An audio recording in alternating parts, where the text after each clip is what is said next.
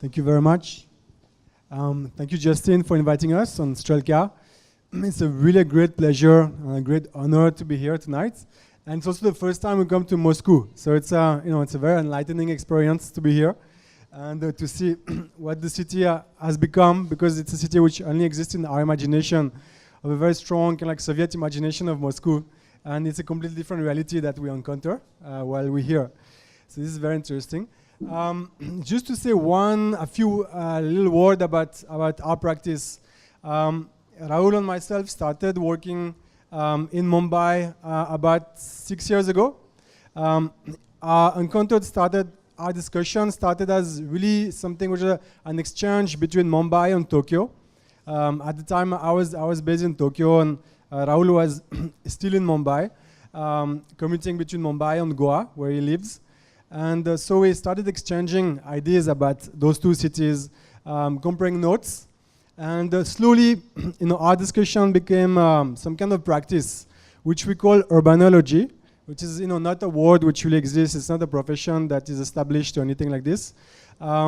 It's, in a way, a coming together of our own kind of like academic upbringing and, practice. Rahul being an anthropologist, and I was trained in urban planning. None of us are architects, yet we really like to work with architects, not necessarily to project and to produce design, as much as a tool for also describing the city. So we often work with architects to help us create an ethnography of local construction practices, and we try to use architecture as a language to describe the way the city is actually developing, not so much in a way of intervening. Also, our practice is really much now very much in between discursive practice. So we write a lot, but at the same time we are get directly engaged in. Okay, yeah, sure. So it's in between writing. So we do some academic work, but also all kinds of different writing, also including fiction, and engagement, direct engagement with different neighborhoods. In some form, it's it could be called activism.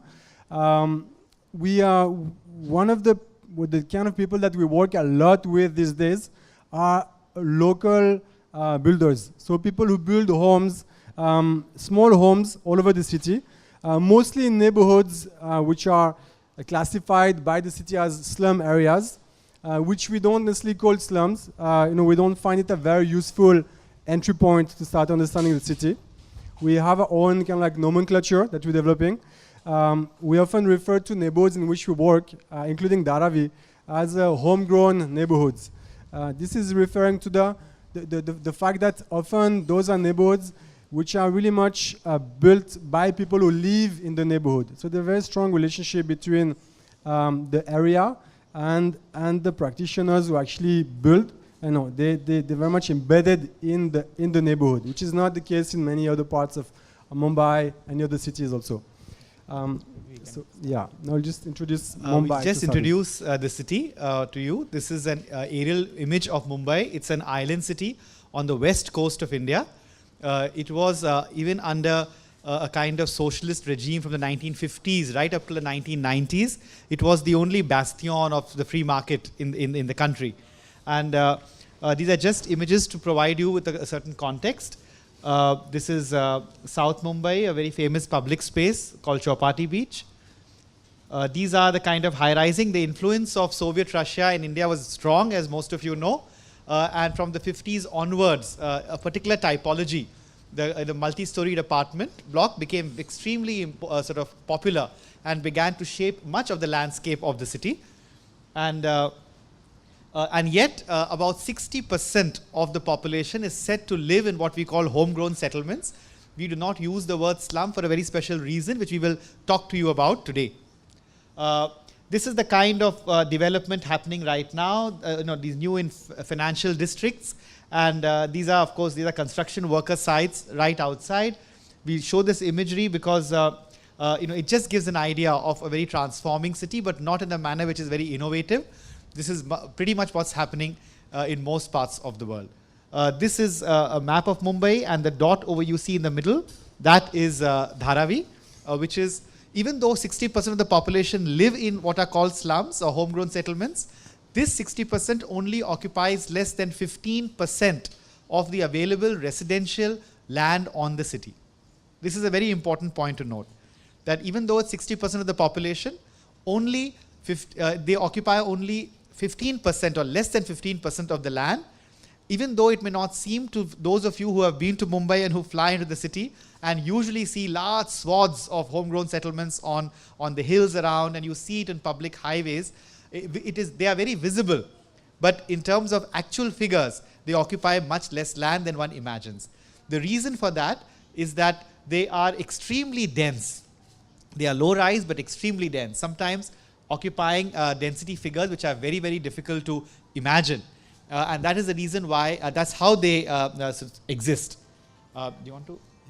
Yeah. So the title of the essay that we wrote for Strelka Press it's called the Slum Outside. It's a kind of a follow-up to another essay that we had written also on Dharavi, which was the village inside. And the story of the slum outside is something that we just want to walk you through very briefly. Along the way, we also talk about a few of the projects, our kind of involvement in the neighborhood. Now we also work in different parts of Mumbai. So Dharavi is really kind of like a location where we started our work, where we still have our office. But our kind of like discourse and involvement is slightly larger. It's not just about Dharavi, but in this case we want to focus on that because it's kind of like Dharavi is known and Justin has presented also as the largest slum in Asia. So it has this kind of like very kind of like especially for Mumbai, a very iconic presence also. It really can like represents a certain condition. Which in fact, the kind of like new India, the shining India, which is kind of like the India of the bricks, the India of huge economic growth and development and real estate investment, is a bit ashamed of, right? It kind of like represents the third world, which has not been completely yet erased of the map. It kind of in the imaginary also it represents some kind of backwardness. The kind of like the condition that we're trying to really kind of like develop out of. But in fact, for us, what is really interesting to recognize is that the area itself doesn't always recognize itself as a slum, and this is because it has many different kind of neighborhoods with their own specific histories, which are often very much intimately connected to the history of Mumbai as a whole. So we kind of like enter Dharavi in this presentation and in the essay also by introducing Koliwada, which is a fisherman village, which is about 300 years old, which is in a way the historical epicenter of the neighborhood.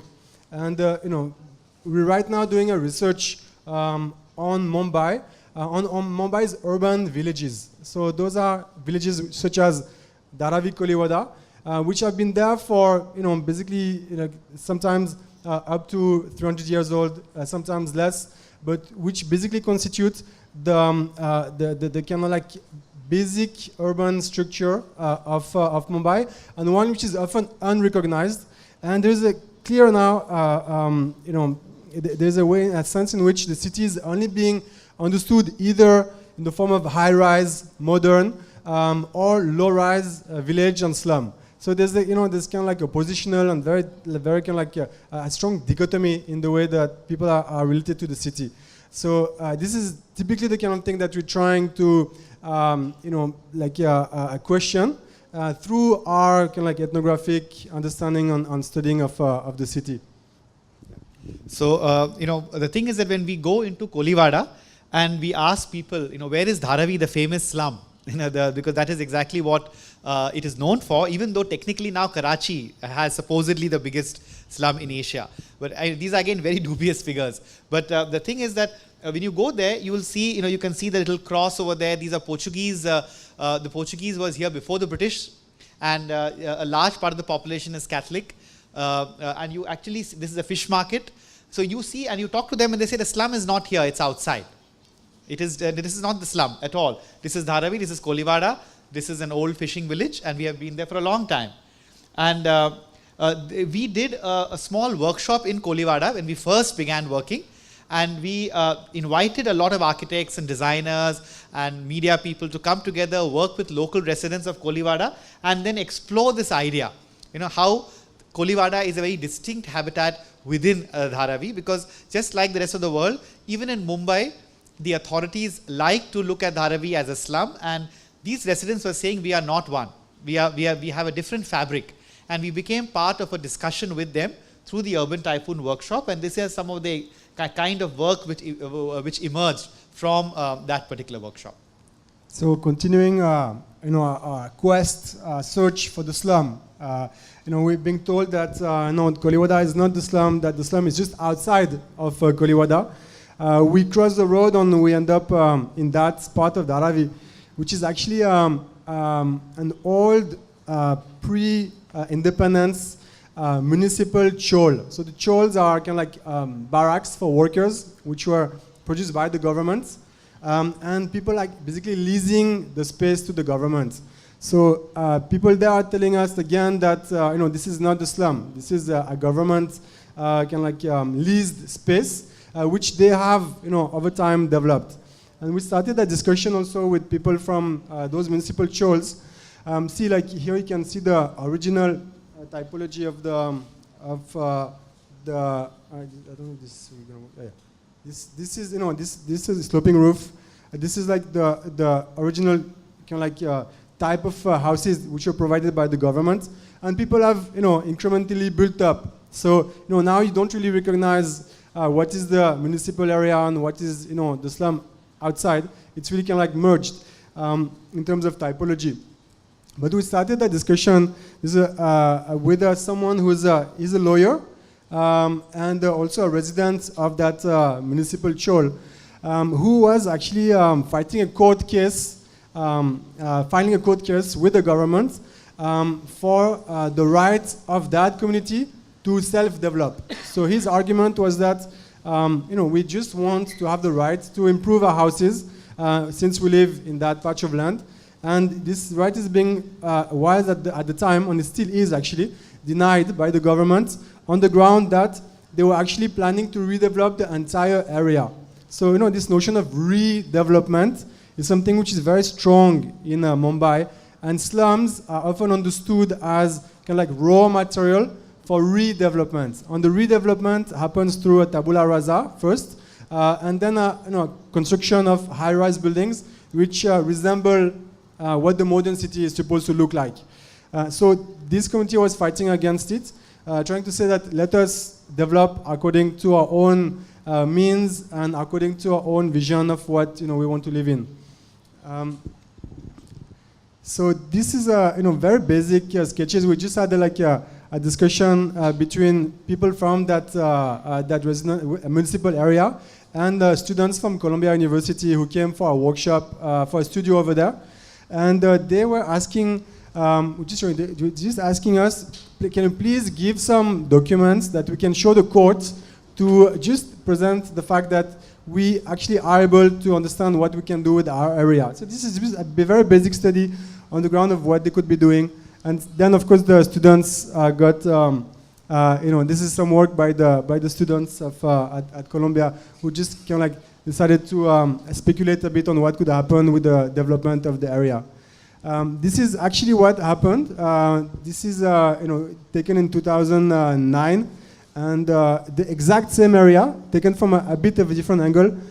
People have redeveloped 1 year later into like a slightly bigger house, and this was really much done on their own. But this is really considered to be illegal practice, because this happens without sanction, without authorization from the government. And still, so that we realized that we could not really call it a slum, even though the logic of incremental development was very familiar. So we continued our quest to a different area. So we, again after this particular place, we again are looking for the elusive slum, and we explore a little more of the neighborhoods, and we find almost everywhere the same story. Now, this particular place, which is also part of Dharavi, it's called New Transit Camp. And the residents simply say it cannot be a slum because the government actually resettled people from other so-called slums in Mumbai to this neighborhood, even though it is part of the Dharavi enclave. That's where our office is. It's on the, it's a typical ground plus 1 or 2 structures in Dharavi, and you can see a lot of sort of offices below. You go down on the right hand side, you will see residences, and you will see people living in the same building. There are some people who are living there and some people who are working there. This is something which we shall also talk about.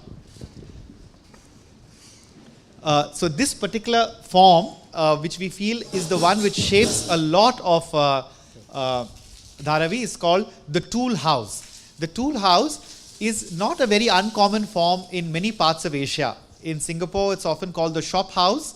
It's essentially a combination of where you stay and where you work, often part of temporary structures, but then slowly taking roots and becoming very, very permanent. Now, in our own office building, for example, Paul Raphael, who's the landlord owner, they're landlords, they come from Kerala, and they moved here many years ago. These are the kind of people who live around in that's our office upstairs. And we feel that essentially the tool house is a very powerful mode through which people come, take roots, start to earn a living and improve their neighborhoods. And this is the reason why it's very difficult for people who live there to refer to their own place as a slum, because for them it is a space of tremendous productivity. And this mode is the way in which the productivity actually happens. You can see, for example, again, this video is essentially to show you the whole process through which the tool house starts to take shape. So in fact, for us starting to look at how houses, build over time, we actually, what was interesting for us there, I should just go back a bit. Oh, no, not possible. Okay. I'll just go back to our office. What was really interesting there is that we found that, often what happens when you have a house, which is also an income, a place where you also produce income, when you produce revenue, what happens is that this revenue gets reinvested in the house, because the house is really where, it's really like an economic tool of empowerment. And then there's some kind of like, feedback loop between economic activity and construction. So the whole neighborhood, in fact, has really developed like that, including that part of, Dharavi, which is, as you can see, it's a gridded area. So this is again, it's a government planned area within the neighborhood. Again, where our office is located. So continuing the search for the slum, we found an area which was, purely historically like an encroachment. Is it like the way Dharavi developed as a sector is that it was marshland, it was swamps, and people slowly, kind of like built on the swamp and through garbage, rubbles, and slowly kind of like consolidate the ground and built up, and now the whole area is built. So there was no land which was ever squatted. Yet the government really calls people living there squatters anyway, squatters on government land. So those would be like the areas which you would have to say that yes, legally people are on a legal basis people would be called slum dwellers over here, and this is the kind of typology that you would be getting. But so this is a typical house which would be in a zone which would be not a government, not a village area. And for us, what is interesting in those kind of places also is that, in spite of everything, people say that yes, the conditions outside can be very difficult, but within this interior space, we're really trying to create a home, and that home, it keeps the slum outside. When we shut the door, this is our home, and this is not the slum. So there's this kind of like effort. This effort at constructing something which is always pushing back the boundaries of poverty or what is called the slum. So there's an effort at normalizing a lifestyle around very basic family values, so, such as the family, the home, small economic activities. This is just examples of that. So and again, the presence of economic activity within the house as a constant of the kind of like typology of the neighborhood. So, so this is the idea of economic productivity as being very integrated to the space is something which keeps coming up again and again. I mean, we are again talking about a very, very populated country. The population of Mumbai is maybe 12 million, which is not big by Moscow standards, but the whole metropolitan area is already 18 to 20 million. And it also has a very large presence of people coming in and going out. This is a thematic also, which is part of what we discuss. But right now, we would just like to focus on the fact that the spaces which you see and which people often call slums are extremely productive. Almost at every street corner, there is some economic activity going on. Every house doubles up either as a retail store or manufacturing hub, a space which rents out to other people to stay. It's a dormitory, it's a restaurant. Now, the space is physically built by a very local economy of construction. And this is something which for us becomes very important, because it is, when we often talk about these neighborhoods, again, the word like slum or even informal settlement, to our mind does not do justice to what we see is the logic and its aesthetic from within.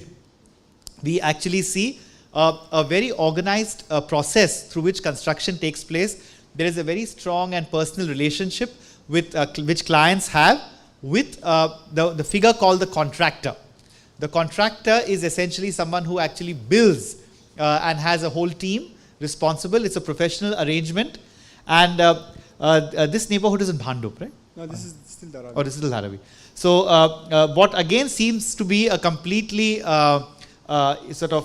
disorganized neighborhood from the aerial view, internally you will actually see that every little inch has been in some way planned and organized.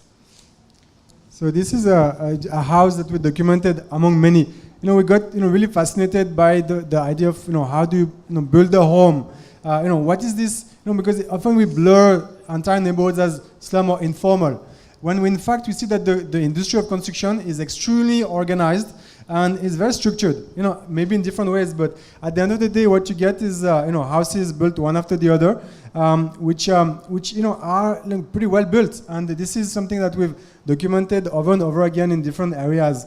Again, this is like one house which is built by Murugan, who's here, who's the local, what we call local contractor. So it's someone, the figure of the local contractor is very emblematic of the neighborhood, because it's someone who's from the area, who's got good construction skills, and who will get other people from the neighborhood asking him to build a home in a very professional basis. Okay, there's no written contract, but there's an agreement that yes, they will build the house for a certain price, and the design process is completely oral. Okay, there's no drawn plans or anything like this. Yet there's an amazing skill, because someone like Murugan has been built about 100 houses in the area over his short career, and so he's very much an expert at construction. This is like the top floor of that house that we just saw, which is again a very tiny home, but very it's a very well built and comfortable home from within. And so what we try to do using architecture, drawings and language, is to give a sense of formality to this process. So this is after the construction is done. We go back and we've drawn a few houses, in very much architectural aesthetic, just to show exactly how the house is built. So this is typically the plans which happen before a house is built. In this case, it's it's happening after. And for us, it's a way of formalizing something which is always seen to be informal, just because we don't have the means to recognize that kind of form. So this is really much maybe the form of what is called informal. And one reason why we do this is not by any stretch of imagination to say that these places are perfect, or we are often people immediately jump to the conclusion that we are trying to say that everything is good. No, that's not what we are saying. We are saying that there is potential, and there is a potential which you are not recognizing. And the fact is that when we say that there is a structure and form and a process, we are saying it is possible to work with that.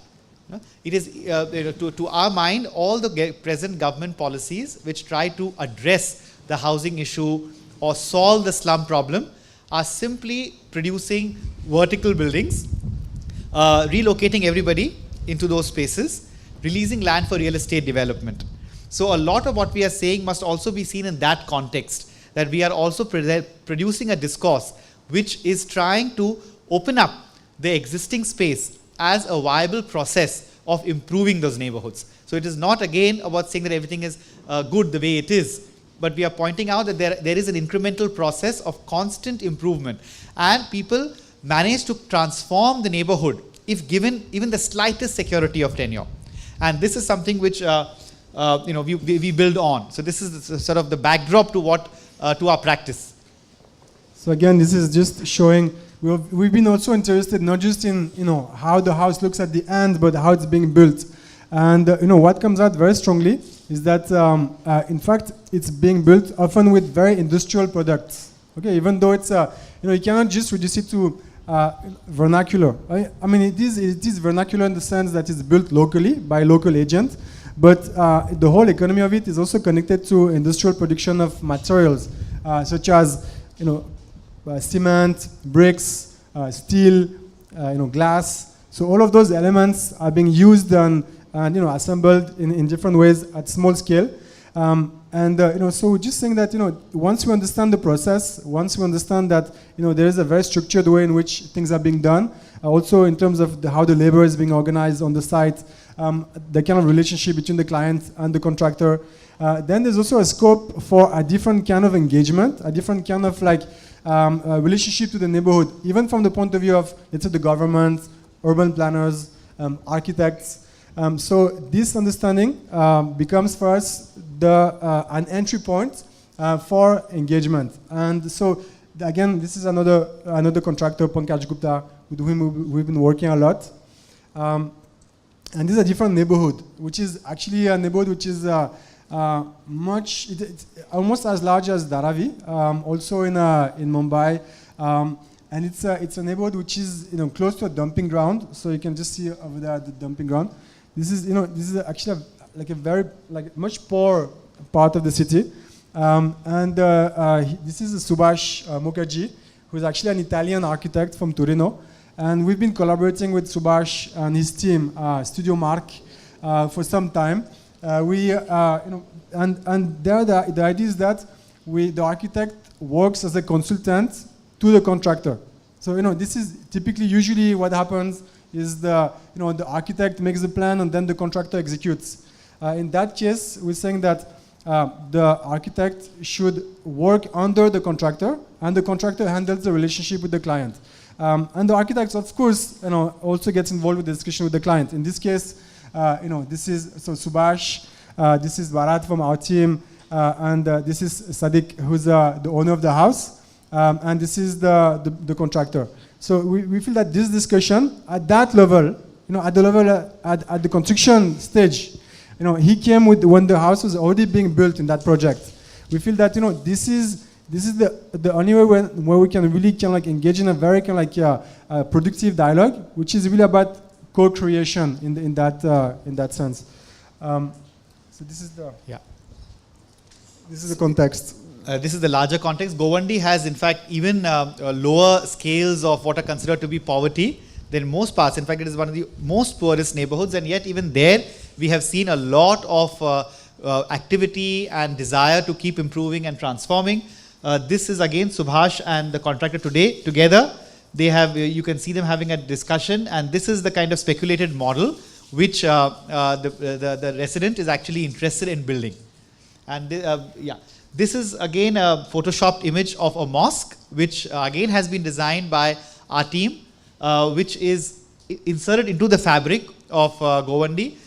We also very strongly believe that to not talk about aesthetics or to not talk about elements of design in certain spaces on the grounds that this is irrelevant does not make sense. In fact, aspiration and the desire for beautiful objects is very much integrated to all kinds of human experience, and this is no exception. And this kind of co-designing, which is of course a very different kind of process than simply formatting something and giving it to people, is very integral to our process. Okay, so this is just just a chart. We won't explain too much in detail, not to bore you, but very basically, this is to show the extent of the kind of construction we're talking about. This is concrete roof. So about 50% of people in Mumbai live in buildings which have concrete roof. So these buildings are usually built by developers, large scale, they'll be buildings. And those ones, like about 50%, are built with other material. So typically asbestos cement sheets, which are used in small-scale construction. So this is about 50-50 in terms of the kind of construction happening. So the only thing we're saying is that why should architects, why should the government, why should the municipality only be concerned with that kind of those kinds of buildings which are which are like high-rise buildings on concrete roof? Why can't we get engaged with local practice of construction?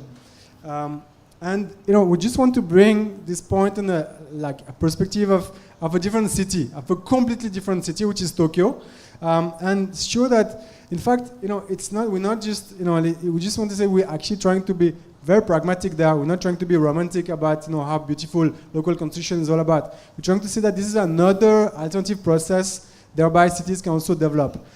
This is just the important thing to show here is this line over here, which is all the houses which have been built by individuals in Tokyo. So up to the 90s, more houses were built locally, not by developers, not by governments, not by big companies, but really locally by some kind of contractors or artisans of construction.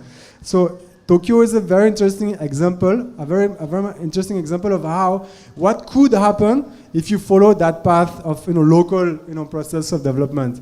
That's a street in Tokyo. It's a very typical street. It's not an exceptional street which looks particular. It's a very normal kind of like typology that we can observe in the city.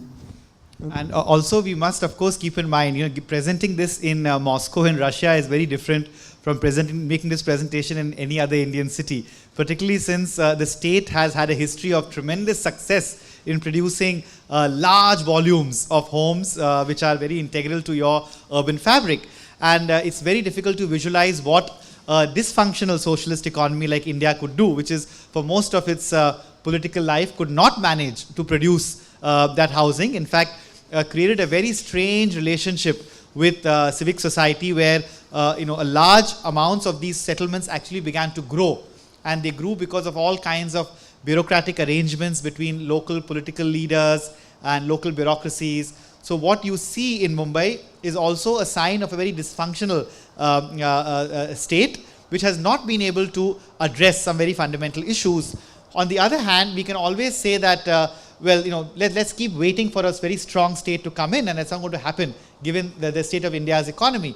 And for us, it's very important to start focusing on a different system which does not allow the market to just take over. Because right now, the government is only encouraging a market-based solution to address the housing issue, which is that it is saying that, okay, 60% of the population lives in under 15% of the land, but this 15% of the land is often very valuable real estate property.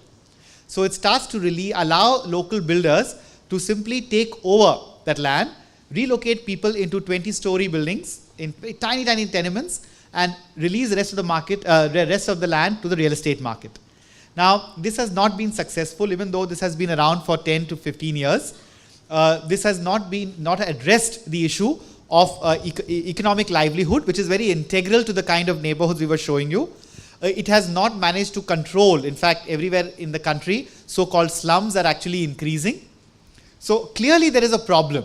And the reason why we like to look at Tokyo is because Tokyo, unlike many other Asian cities, managed to work within a certain process of local construction out of default. And Matthias can explain better about how this happened historically. This is not part of any intention. But the fact is that in Asia, besides the Chinese urban model or the Korean urban model, there are many other kinds of default models which are not even recognized as processes. So it is very important that we start doing so. And so when we are talking about the kind of incremental growth of homegrown settlements by focusing on these processes, we are definitely trying to say, let's get out of the market dependent approach, because that is not helping at all, as simple as that. And secondly, there is some element of government control needed to protect a lot of this land from being sold to the real estate market, but we have to provide an alternative workable model.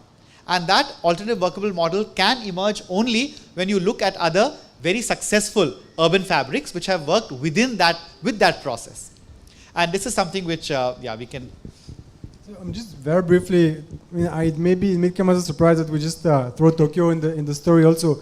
But the fact is that, you know, after the war, Tokyo was completely flattened, and the whole city redeveloped very much incrementally within that process, and that produced this typology that we also see in homegrown neighborhoods of Mumbai, which is the low-rise, high-density, kind of like unplanned, you know, neighborhood, which slowly actually, you know, improved and became very much a middle-class area. So we see that, you know, that history of incremental urban and economic development is something which is, you know, kind of like overshadowed by, you know, the kind of like, you know, large economy of Tokyo and Japan. It's something that we never actually see as part of that history. It's a shadow economic history and urban history of Tokyo that you really need to look at, and which provides an interesting, you know, alternative model.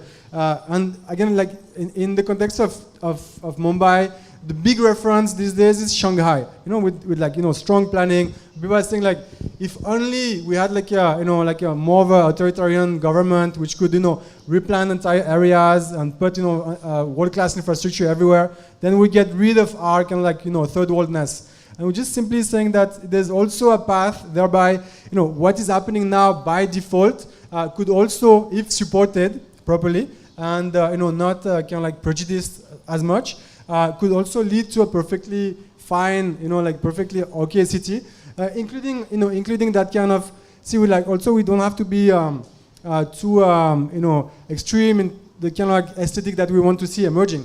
I mean, this is like, you know, complete Tokyo kitsch, you know, that the same thing that we would see in neighborhoods in Mumbai as they kind of like develop on their own and people bring their own aesthetics, which is fine. I mean, we have nothing, we see nothing wrong with that, you know, that presence of the kitsch, as long as it's related to some kind of like aspiration or kind of like identity that people want to project into their houses. So yeah, we just want to, you know, to make that point. We often show this image, you know, which is, you know, we want like usually as a question. Why not? Actually, just to kind of like ask you also what you think. Do you think this photo is taken in Mumbai, in Dharavi, or in Tokyo?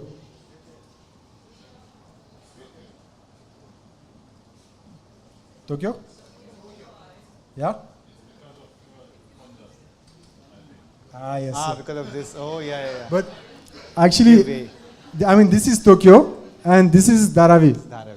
It's a photoshopped image. So it's the two, you know, connect together. So basically, we're saying that, you know, the reason for that kind of like similarity in typology is because there's also a similarity in the process, through which those neighborhoods have been built. So this is just a little kind of like a funny way of bringing the point across. There's a more of that. This is from Dharavi. So what we also want to, the reason why we again bring in the Tokyo story, show this typology, this relationship, is because very often a lot of our approach will immediately be questioned as by saying that, either we are romanticizing that fabric or whatever. So we feel that it's also important to point out the very strong economic foundations of that space. Now, in the history of Tokyo, we have seen how through the 50s and 60s, and right up to the 70s, the so-called Japanese success story depended a lot on these kind of neighborhoods. Now, China today also controls this entire labor production process so well, and because it's a centralized state, it can push people into vertical buildings, get everybody to be working in the same conditions as you see in Dharavi. But nobody will point out and say that that's a slum. So what we have also pointing out is that it is possible for us to look at the very strong relationship between economic activity, between that kind of urban fabric which allows for very creative uses of spaces, very compact spaces. People live and work in the same place. People can create money out of literally nothing. They sometimes use space so creatively that space becomes their capital, space becomes their resource. And if this is something which is recognized and validated, which the state supports, because ultimately we all want to get rid of poverty, we all want to get rid of bad urban living conditions, then why not work through this process, especially at a time when the economy in many parts of the world is under a state of crisis. So why to work against a logic? Why not work with it?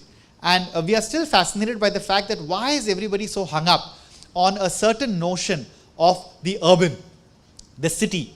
You know, and as urbanologists, when we start looking very carefully at this form, we see that this notion of an integrated whole city, which is totally well planned, in which people are living separately in residential and working zones and working areas, is very much part of an early 20th century fantasy. It is based on a very strong notion that people are going to move from villages to the cities and they have to be managed. It is ideal to put residences in a separate place, places of work in a separate place, working in a kind of an industrial model, and somehow the urban planning rhetoric from the 40s and 50s gets stuck onto that. And that is why you will see, whether it's in China, you can produce a very strong city. In India, there's a constant push of producing a city out of nothing. Literally high rises, a shopping mall, and as if you can manufacture cities. Instead of looking at this process as the only valid process, why not open up our imagination and start seeing that there are different kinds of urban forms, particularly in a time when there is a crunch for resources, where there is a crunch for both economic and ecological, and we need a little more creative urban imagination. And this is one of the prime impulses of behind what we say. And just I would say maybe to conclude and open up for questions. Really we feel that, especially in the case of Mumbai, in fact the promise of technology and modernization has really failed the city in many ways. It's never been able to actually accommodate that population. Even though there's a very strong still kind of real estate push and speculative push towards redeveloping many neighborhoods, somehow whenever people are shifted from one place to the other, one low-rise, high-density, struggling neighborhood into a high-rise building, that building often becomes a place which is devoid of economic activities, which is really kind of the neighborhood, which is both living and working. And we feel that ultimately we have to think about technology, about design in ways which are based on recognition of existing forms. So rather than designing from nothing and planning from tabula rasa, we're saying that actually we should really go into this urban management mode, in this micro kind of intervention mode, in this kind of collaborative and a more participatory form of intervening in neighborhoods, which would be based on the recognition of what is already there and creatively building from that. So this is pretty much. Maybe we'll leave it here and we can have questions and we can discuss. Actually, there's no, it's not like a city which is, like a solution to everything. But, what is interesting is that, Mumbai is a very divided landscape. So there is that kind of more modernizing city which is also there, traffic and cars and everything. And, the city is also being replanned as a city which is more like the typical notion of, Western urban planning and division of zoning becomes very strongly. But we feel that, in fact, there's a few things which are, because they're ignored, there are a few things which are being solved creatively in those contexts. That's a slide we didn't show, but, this is this workshop over here. So this is it's a workshop and a shop with this one.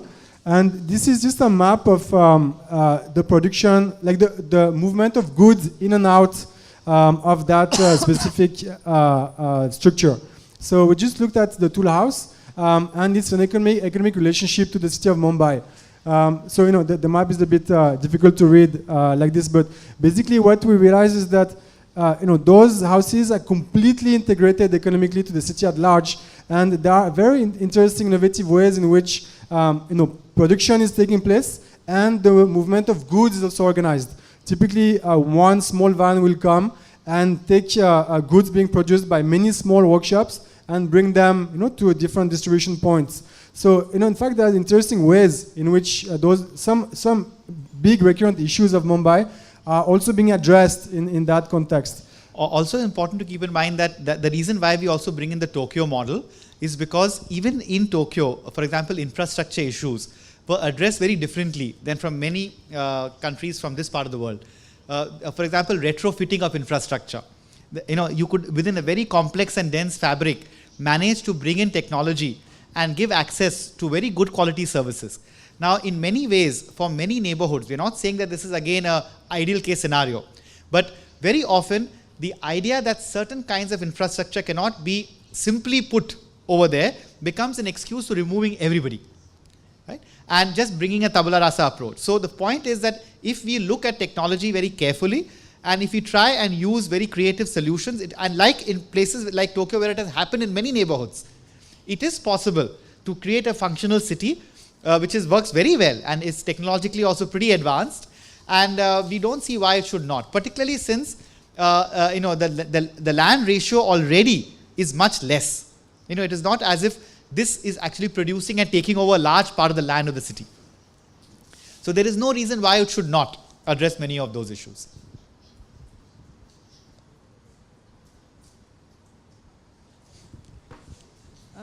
Спасибо большое. Скажите, пожалуйста, а что там с мусором и канализацией, и в каких условиях люди живут? Спасибо. So, I mean, this is typically one of the big issues which is very difficult to address in a neighborhood which are let's say, has developed incrementally and which is not being supported by municipal authorities. So the municipality has an obligation of providing basic access to water and to toilets, sanitation. So this is kind of like being provided. So there's public toilets, there's water points where people can get water. But basically the last mile, and which is really kind of like bringing the water to the house, this is really being done, by local contractors again. So there are plumbers, which are, from the neighborhood, who connect, existing municipal pipes to the house. So, the infrastructure is also being developed in kind of like incremental ways and in ad hoc kind of ways. It's being done. But, again, this is the typical issue, which we feel that this is where there should be a strong collaboration between the municipal authority and the neighborhood. There's no reason why you cannot bring, sewage systems, water systems to every home. It's not so difficult. I mean, it's not rocket science. It's been done in many places. And we want the state to get involved. So one of this model is very much a model which demands for state intervention in certain areas. But all we are saying is that right now, that is not happening. In fact, the fact that this is a kind of form which people do not recognize and accept is becoming an excuse to erase them altogether. And that erasure is also not happening in a very successful way. So we definitely want a lot of improvement. It is possible. It is not impossible to bring in good quality sewage and water supply to many of these neighborhoods.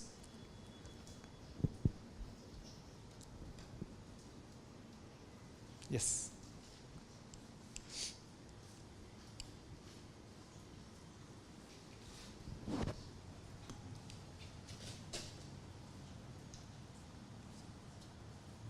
Hello. Actually, I've been to Dharavi this year and to Mumbai, and I reached only the border because taxi drivers didn't want to take me there, and tuk-tuk drivers as well, and it was kind of difficult to find the place. But anyway, I managed to buy a bag there, only for 600 rupees, a good leather bag, with Jimmy Choo brand. And it was actually a great piece of manufacturing of art, and I think that people who live there are very creative, but they create some fake stuff. And actually, one friend of mine who was with me, he gave me a great idea, and maybe you could use this idea for the future, because any settlement or any city, it's a brand as well as a place for design or anything else. I think that these people, they could create their own brand, a brand of Dharavi. And for example, on the West, people would buy such kind of bags, and they would be more happy to buy such kind of bags to support these people with Dharavi brand. So my question to you is, have you been thinking of maybe developing a brand of Dharavi, bringing more tourists there, just showing them the place, and just make these people who live there more proud of being a part of Dharavi? I mean, we're pretty sure that this is already happening, we don't have to bring it, as an idea. I'm pretty sure that some people are already, actually, one thing which is happening, brand Dharavi is like a big brand for Slum Tours, right? Like, I mean, that's like different, but there's about 14 Slum Tours in Dharavi at any point, any day. So you can do, like, you can just register and you do a slum tour. So, I mean, this is the kind of thing that, is also happening, which we feel, it's kind of like, it's, okay, I mean, we understand that people want to see Dharavi. It's a very interesting place. But we don't really necessarily think that they should come because it's a slum, or they should necessarily come, as a group, because, in fact, it's a neighborhood which is very interesting in its own right, which has lots of people who are thinking along, the way that you're describing now. Like, people are very, smart that way. So, all those shops, which sell leather goods, are already kind of like, using the brand Dharavi and attracting tourists and, people in that way. I mean, there's just like, maybe it's already done. I'm pretty sure there's already some made in Dharavi, stamp, which is being sold, somewhere in Dharavi for sure. And also, we are a little cautious in terms of also, putting the slum tag as a brand. In fact, a lot is for us, we look at Dharavi particularly as an extremely productive space, and that production is really part of global activity. All over the world, goods are being produced in a particular manner. And okay, there are fake brands here, but there are also all kinds of dishonesties happening with real brands where nobody is pointing out how exactly our objects being produced. So what we want to focus on is the fact that there is an entire chain of production happening globally, in which Dharavi is one part of the whole story. And this entire process is something which we need to, also reflect on. It is, the people who organize the slum reality tours, they would not want the neighborhood to change too much, because if it becomes a very nice neighborhood, which is what we are, also aiming at through our own architectural interventions, working with contractors, and more importantly, working on the desires of people to keep improving their neighborhood, it will look like a very different kind of city. It may not necessarily be called a slum at all. And for us, this is a very sensitive and thin walking line. How do we occupy this space, in a very sensitive way, is something which we are constantly struggling with. But it's not very easy to move this or that way. Actually, in fact, just about production in Dharavi, a few years back, we visited a workshop where they were doing paper jeans, not fake ones. They're doing original paper jeans. So they're already doing, and some goods get exported to Dubai and Finland or whatever, like leather goods. I mean, they may be already beyond, kind of like selling Dharavi. They're just selling to global markets, as any kind of like, good, like, manufacturing, space and unit. So, yeah.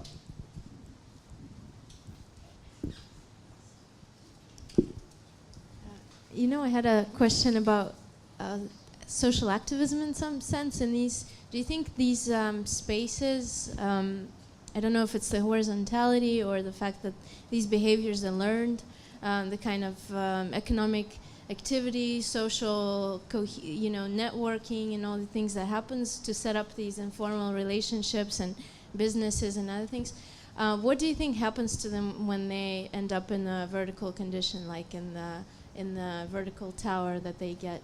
Is it possible to insert back these behaviors or this kind of activity, or does it completely go away after a certain period, like in China or in Soviet blocs?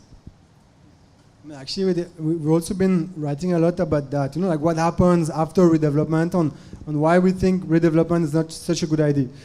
Because it happened in many parts of Mumbai, and typically the translation of a kind of neighborhood which is mixed use, which has also strong. See, like this is something that is very clear that the social networks are very strong. That culturally it's also very vibrant, and economic activity and so on. And when that gets translated into high-rise buildings, that a lot of it gets lost. And also a lot of people move out simply. They move out for different reasons. They move out sometimes because they don't have the money to pay for maintenance of the building, which is very high. When you have to maintain a high-rise building which has been built poorly, it's very expensive. So lots of those buildings become very, very bad very quickly, because people are not able to do that. And they also move out sometimes because they don't have revenue anymore. They don't have they don't have the possibility of generating revenue from the houses. so they have no choice but to sail on, move to another place. So this is, I mean, for all these reasons, and also another thing is that, once people start living in one place which is dedicated to housing, and then they have to find work in other parts of, of the city, they become commuters. And, Mumbai really has enough commuters right now. Like the trains are jam-packed, like a packed jam, like people fall out sometimes of the train because, it's really, really, really incredible, the condition of commuting in Mumbai.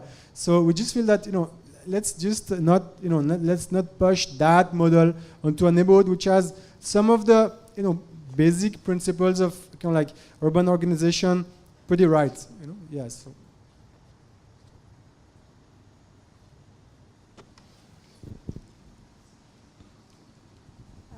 I would like to ask another question about, so just let's imagine if we do nothing about these slums. Sorry, can you speak a little closer to the mic? Oh, yeah, of course. For example, just try to imagine that nobody is going to do anything with the slums. Not the governments. So what's going to happen with this?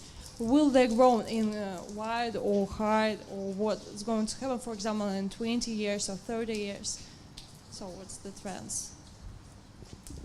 It is difficult to conceive of that because there is a lot of intervention going on now at one level. But on the other hand, we also believe, for us, we look at also the way in which the political structure has related to these neighborhoods. It was their own way of being a welfare state. The state in the past was allowing many of these settlements to emerge against the wishes of the middle class, because the middle class did not like them. Right from 50s and 60s onwards, the press was always saying, these slums are increasing in Bombay, the government is not doing anything. And even though we may criticize the government today, the fact is that the state, by being a soft state, was actually allowing for some kind of a strange welfareism to allow for these settlements to grow. Now, the state has also become a very different kind of state. So it is working with private capital interests much more intimately. Now, the fact is that we know where that is coming from, and where the government believes that these neighborhoods don't look good, they are not nice, they spoil the global image of Mumbai. So they want to shift and change. And they are focusing on places which are visible, so they want the places around the airports to look very nice, they want to get rid of those neighborhoods. This is their approach. So what is happening is that some parts of Mumbai may forcefully be changed and transformed. However, it's going to be, one will be able to see through that very easily, because it's not possible, the scale of operations to actually match that. The population of 6-7 million people is very difficult to produce mass housing even with that desire. So we don't foresee too much change unless the government actually starts building on its own approach of being a soft state and allowing for many of these neighborhoods to improve. And there are examples. For example, in our own study, we found out that in the 80s, the World Bank and the state government housing authority was actually encouraging something called the Sites and Services Scheme, which allowed for an incremental growth of those neighborhoods. Today, if you go to those neighborhoods, you will see very nice localities. So that can also be a reality. So we believe that anything is possible. We don't quite know, because we have not really seen any strong moves on the part of the state also, because politically you cannot do that. It's also your vote bank. The politicians will lose power if they start using a lot of force, in the style of, say, China. You will not see that. But what we need, and what we are also trying to do, is to develop a kind of discourse around these neighborhoods to change the perception. So if we can have policies which actually build on what these neighborhoods are like, and build on the strengths from within, there is no reason why. In fact, the central government is thinking in terms of simply giving away the land to the people who are living over there without necessarily any coherent framework of how it's going to be in the future. What will happen is that a builder will come, buy off the people and build, and the people will be pushed to a periphery. So the government is not averse to doing a kind of more enhanced welfareism. At least the central government is not.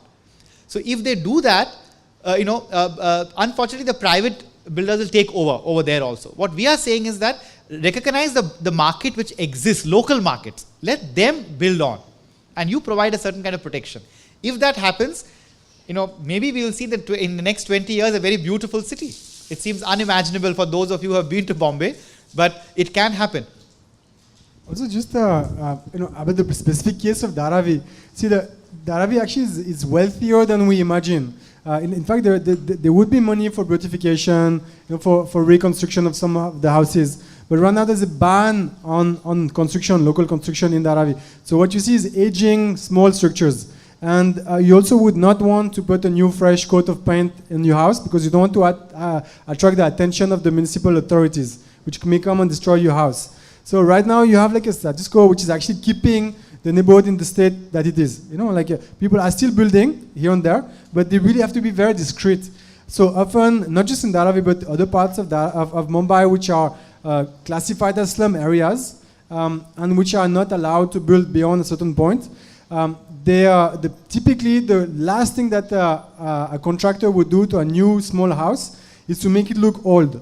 So then it doesn't attract attention. So that is the final touch to a new house.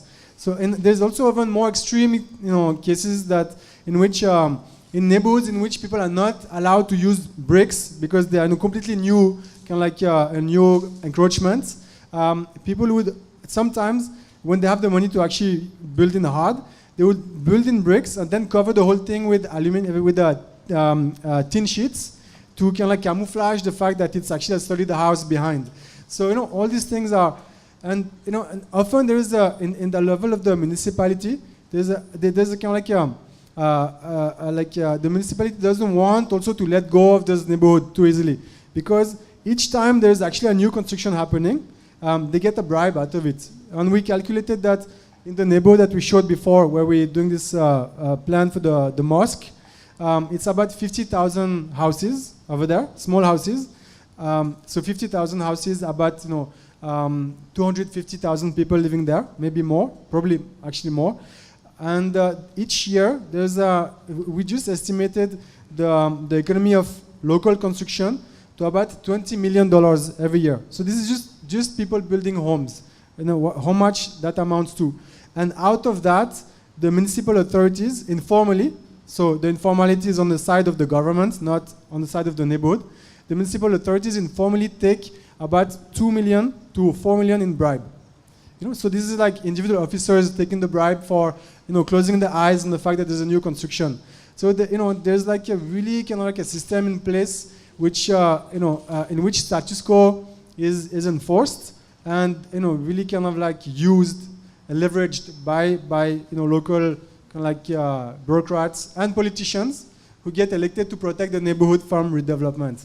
It's a very kind of like difficult, so very complicated situation. It may also be the same thing in 10 years time. And maybe in 20 years time, you won't really see apparent change. Maybe, So, but inside the homes, they're getting more and more hooked up on, with all kinds of amenities. So there the kind of like more middle class, lifestyle also happens. So there's like a whole play of appearance in those neighborhoods also. Yeah. See, it's also very difficult for us to, in this short while, to go into very strong complexities of the situation. There is caste is another element which we have not even touched, which is very important to understand the way in which these neighborhoods have emerged. How is it that some kinds of communities can live in very dense environments in a city and nobody says much about it? There are many, many layers to it, but it's difficult to bring in all of that at this level. But just to keep in mind that there are all these other elements as well.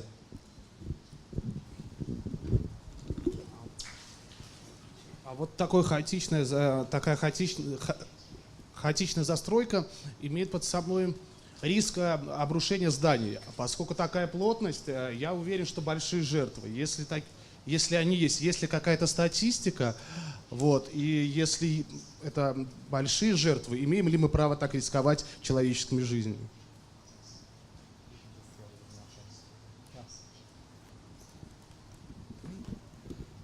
Actually, we actually feel that the whole point also that we're trying to bring across is that the construction in those neighborhoods is not chaotic; it's structured. There's actually good construction practice happening. We're also saying this.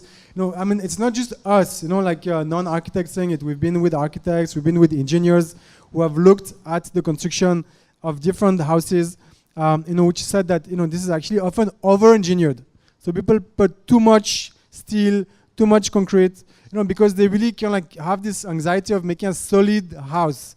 So often we feel that one thing just to keep in mind is the fact that those of you who have been reading the papers for this year from any reports from India, you must have heard about hundreds of people dying in rain when the monsoons, the rains attack the city every year.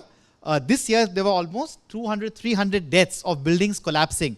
None of them happened in these neighborhoods. They were all in high rises. 7-story buildings under construction on the peripheries of the city. We wrote a piece in the New York Times precisely on this 2 months ago. We can send you a link.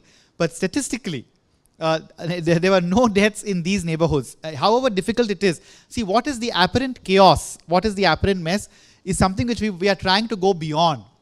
And even statistically we can show this, at least on this issue.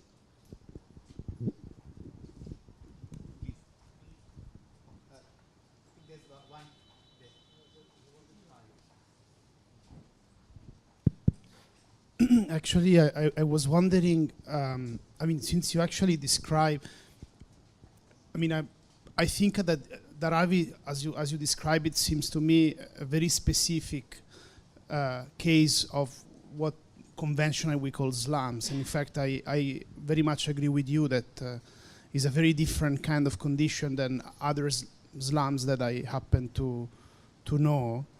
And to me, so the way you describe it, it's almost working by itself through this kind of network of contractors and who actually belong to the community of people.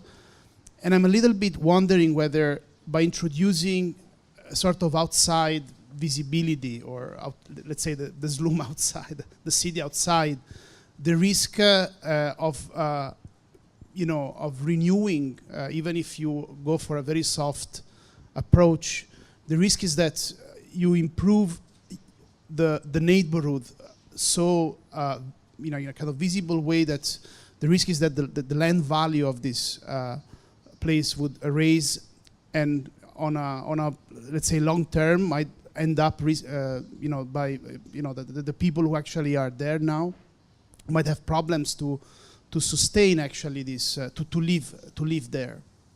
I mean, what would be your strategy, counter strategy, to ameliorate the place as you prospect, and at the same time to not allow external forces to in a kind of very stealth way gentrify this slum? In a sense, the gentrification is already there. It is there in the interior spaces. We were trying to say that. See, it is a very class diversified space.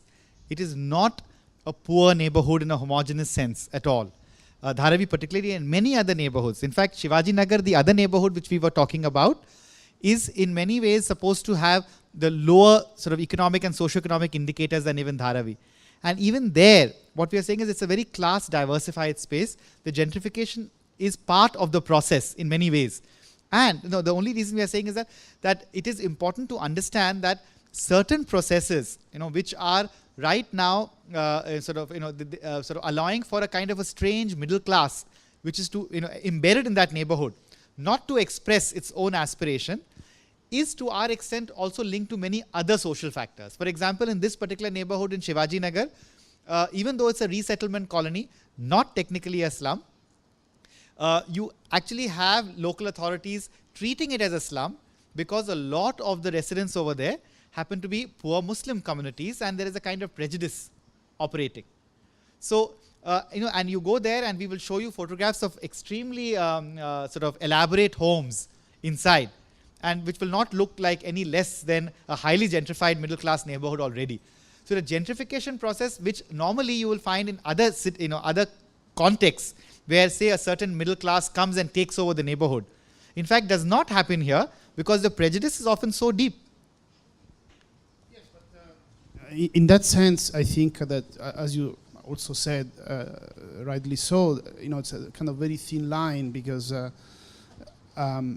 I mean, the risk is that this kind of condition that now allows these people to to have some kind of minimum living condition, at the same time not being entirely impoverished, by introducing some kind of upgrade, because I mean, I was looking to your projects and renderings, and of course, you know, by introducing this upgrade, the risk is that that sort of prejudice might, collapse, and people would look to this as an economic opportunity, and instead of actually, you know, thinking this space as an alternative to what we have known already, how the city developed, you kind of reproduce the same process.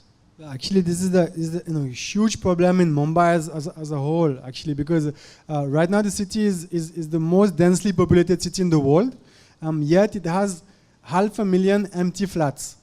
So this is purely held speculatively. So people are buying from all over the world. Mostly rich Indians will just invest in real estate because it's gonna like rise in value over time or whatever. So what is really amazing about Dharavi, and it's true, is that there's no empty building, and this is also thanks to the redevelopment project, which has been looming over for the past 8 years, has been threatening the neighborhood from redevelopment. So people are not buying speculatively, because you will not keep. It doesn't make any economic sense to keep an empty space right now in Dharavi. Like, the only economic value is use value. There's no future exchange value or speculative value in a space like that. So that's a very interesting condition which should really be understood carefully. And one of the things we're saying is that right now there's a scheme of the government which is about, and this is typical kind of like Hernando de Soto approach. Say that, okay, just give tenureship to people, give them property rights, and let them do, and the neighborhood will develop. And very clearly what would happen there is that people would come, buy the plots, make a cluster and put a high-rise building over there. Because the value of the land is so much that people would not be able to say no to what would be offered to them. Everybody becomes a speculator if they have a bit of land that they can speculate upon. So what we're saying is that another approach to kind of like normalizing the neighborhood, if that's the because we have to get out also of this kind of like weird situation which is not really allowing people to actually do what they want to do, which is also improving the space. I mean, that's a natural impulse that needs to be respected, is to actually create cooperative housing societies and give the land to a group of people, rather than giving it to one person. So in a way that it doesn't allow someone to develop individually, like improve individually, but you cannot sell the land. So we feel that this situation is actually interesting. There's something there to be thought of as definitely like an alternative model, which is based on maximizing the use value of land over its exchange value. And one major reason how this can be done is we are saying, please protect it from real estate takeover. So we are saying that rentals can be a much more viable alternative. Nobody is saying that these spaces, the state should not collect revenue. Please collect revenue legally, right? And people themselves are willing to give rentals. So this is one way in which we can control that situation, to some extent. So you had a question back, Jen. Yeah. Actually, you mostly addressed my question, which is about how to break this political stalemate that you describe, or the informality of the situation where they can't come in and force them out, and yet they can't also fully support them because providing services involves recognizing the legitimacy of the tenancy of the people who are there. And I guess from a political standpoint, when you describe these as vote banks, is there anyone pushing for that? Is there constituency that would be able to support the model that you're describing in opposition to what I clearly can see as political forces from the part of the middle class, from real estate developers, from people who have the ear of government and would say, no, we need to develop this land? Because the compromise you're describing is quite interesting. I'm hearing it for the first time. I mean, I actually see that it's difficult to find a constituency to defend that. Because right now the situation is that even the politicians are benefiting, because of the vote bank, thing. They're benefiting from the kind of like instability, like that people are living in, like the insecurity. So they are being elected to protect the neighborhood from redevelopment or takeover by the government. So even they are not really kind of like necessarily keen on once and for all kind of like pushing for something which would actually bring security for people, because then they would not have a platform. And this is like, we think this, but it was also like one of the reasons stated in this World Bank report for why their project, which is a slum upgrading in the 80s, failed. They said, the politicians were not keen, and because they would lose their vote banks. But we also are like right now working on a project which is called the Homegrown Cities project, which is really trying to develop that kind of constituency. What we're doing is that we basically getting a bit of money to ourselves support support the repair of existing houses in different parts of Mumbai. Actually working in one other area called Bandup. And repairing the place while kind of like having a project that the family who benefits from that kind of like repair would have a project to reimburse some kind of like investment which has been done to repair the house, such as renting a part of the house, and they would become part of a cooperative housing society of some kind, which is really based on that kind of like a collective support network, which we feel would be naturally more keen on kind of like promoting another form of an alternative form of development, which is embedded in that fabric and typology. And see, the thing is that we are also aware that transformations and changes happen in a very unexpected ways. Now, for example, already South Mumbai is showing a decline of population. It's unbelievable to believe a country of 1 billion can actually have a metropolis showing a slight decline in population, but it's happening to many of the metropolitan centers. And you will find that a lot of growth taking place is happening in small towns, very well networked to rural areas. Now, when something like this starts to happen, then it makes sense for the government to start revisiting many of these policies. And so if that happens on a bigger scale, and the trend has already started, it may well be that these policies start being looked at afresh, and an approach like this is accepted. It will not happen for any good reasons, but these things can actually start shaping the way in which things happen. Because we do believe that the way in which urbanization is happening in India is very complicated. There's a lot more rural-urban interaction. It's not a one-way street. Cities are not growing. Mega cities are not growing in the same scale as being made out to be. India is still only 27.8% urban, according to the latest census. So these are realities also which start to shape some of these policies, and it may happen from that point of view.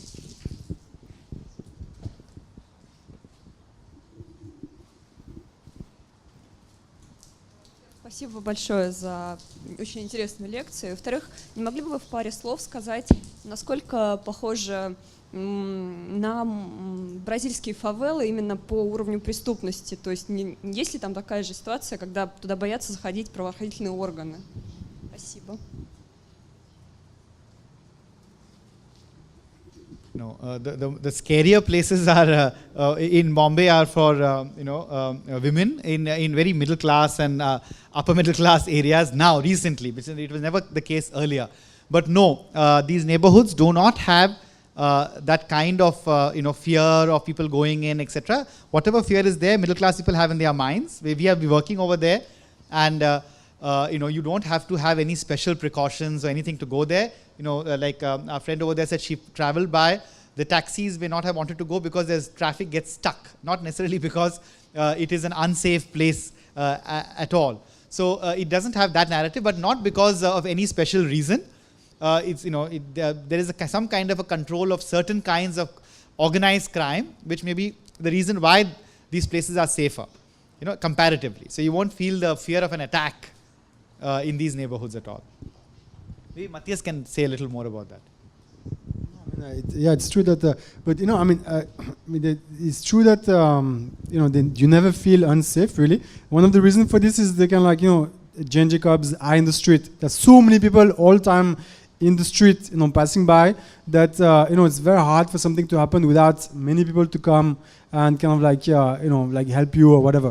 I mean, there is some harassment sometimes, like a lady walking can be harassed. But all over the city, yeah, not in those over neighborhoods. Mumbai. That's every part of Bombay, But India. otherwise, but also, I mean, at the same time, like we know that statistically, on reports are there that like favelas in Brazil are very dangerous, and we don't we can't deny, like we don't know for sure. But our own experience of working in Sao Paulo for some time, not for a long time, but in Paraísopolis, was like not one which was very threatening at all. Like we saw normal people going back and forth, mothers, children, like people going to work. We never felt that sense of imminent threat in at least in Paraísopolis, in a big favela of Sao Paulo. We were a bit more scared in the city center, in the crackland kind of like area. But yeah, it's also sometimes there's like a big myth that happens around some spaces, which become scary for other reasons, which also part to see with kind of like imagination, fantasy, and the kind of like Mike Davis kind of like narrative of Planet of Slum and this kind of things. In Mumbai, for example, yes, middle class people do believe that we should not go to some of these neighborhoods, just like in Rio, in Sao Paulo, and yet even in Sao Paulo, when we were there, we were asking people for specific instances of violence, and there was nothing specific. It is all abstract. This happens, killings take place, but very few people could give us very specific instances of something which has happened recently. And the reason for that we feel is a very important way in which certain images start to circulate about neighborhoods. It becomes a very abstract sense of fear about that place. And in Mumbai, the same prejudice was operating not in the slums, but in the middle class neighborhoods of South Mumbai, which were, again, people with a prejudiced eye were looking at them as dangerous areas because, again, Muslim communities live there, who are part of all kinds of economic activity. So that kind of prejudice of the favela kind of fear was there. And it was completely unfounded. And of course, there were gang wars and everything in Bombay too, of the same kind as in Sao Paulo. And until 1990s, gangs of Bombay are also part of Bombay Bollywood films, and all that is there. But it is also true that every incident is narrativized. There is a film made about every killing which happens. So it enters into a very different kinds of space and consciousness. And so it may be a different way in which we approach that violence between, say, in Brazil and in India, and the way people talk about it, which makes a difference. Much, thank you. There's one more question. Sorry. Я буду использовать русский. Тяжело. Скажите, пожалуйста, я 2 года подряд езжу в Индию. Буквально в этом году была в Пудичери, это Южная Индия. И меня поразило, вот о чем говорят небезопасность города Мумбаи, что у людей нет занятия, так много криминалитета, криминала, и люди ходят за тобой по улице, видят, что ты, турист, да, просто потому что у них нет другого занятия. Это именно те люди, которые живут в тех районах, о которых вы говорите. Есть ли в вашей стратегии, в вашем проекте какие-то идеи насчет того, как занять людей, публичные места, новые рабочие места, как-то, чтобы организовать тех людей, у которых нет достойного образования, предположим, да, и которые не так заняты в семейном бизнесе, как их можно привлечь, может быть, в жизни в этом районе, есть ли какие-то интересные мысли по этому поводу? Спасибо большое. Yeah. It's interesting that you say that because in our experience, in fact, in many of these neighborhoods, the people have no time to talk. They are so busy. They are doing work all the time. And so, and they are so productive spaces that may not be the reason why, in fact, people do have a perception of Mumbai as it's strange. It never was that it is an unsafe city. This is a new narrative coming out in the last 1 or 2 years. But it is certain, whatever the reason, one is not denying the fact that tourists are harassed, women tourists in particular, all that happens, but it is not lack of time and not lack of things to do. People, and particularly not in these neighborhoods. So there must be something else. And that needs a certain kind of special examination. Why are Indian cities today becoming unsafe for certain kinds of people? But it is not because of that reason and not in those neighborhoods. That we can vouch for. Because that is again a kind of prejudice which middle class Indians have about those neighborhoods. And they like to reproduce that. From our experience, we don't feel that is the case. Maybe also like the Tamil Nadu, Pondicherry is a bit different, See, Tamil Nadu, Pondicherry is in Tamil Nadu. A large part of Dharavi is Tamilian. And these are poor migrant workers, often low caste workers from Tamil Nadu who come to Dharavi. Now, it is very possible for all kinds of narratives to change, exchange between Dharavi in Mumbai and the Tamil population and Tamil Nadu over there. So that connection may be producing its own stories, but a lot of it could be their own prejudice also. So we must take this little carefully, these stories. Thank you.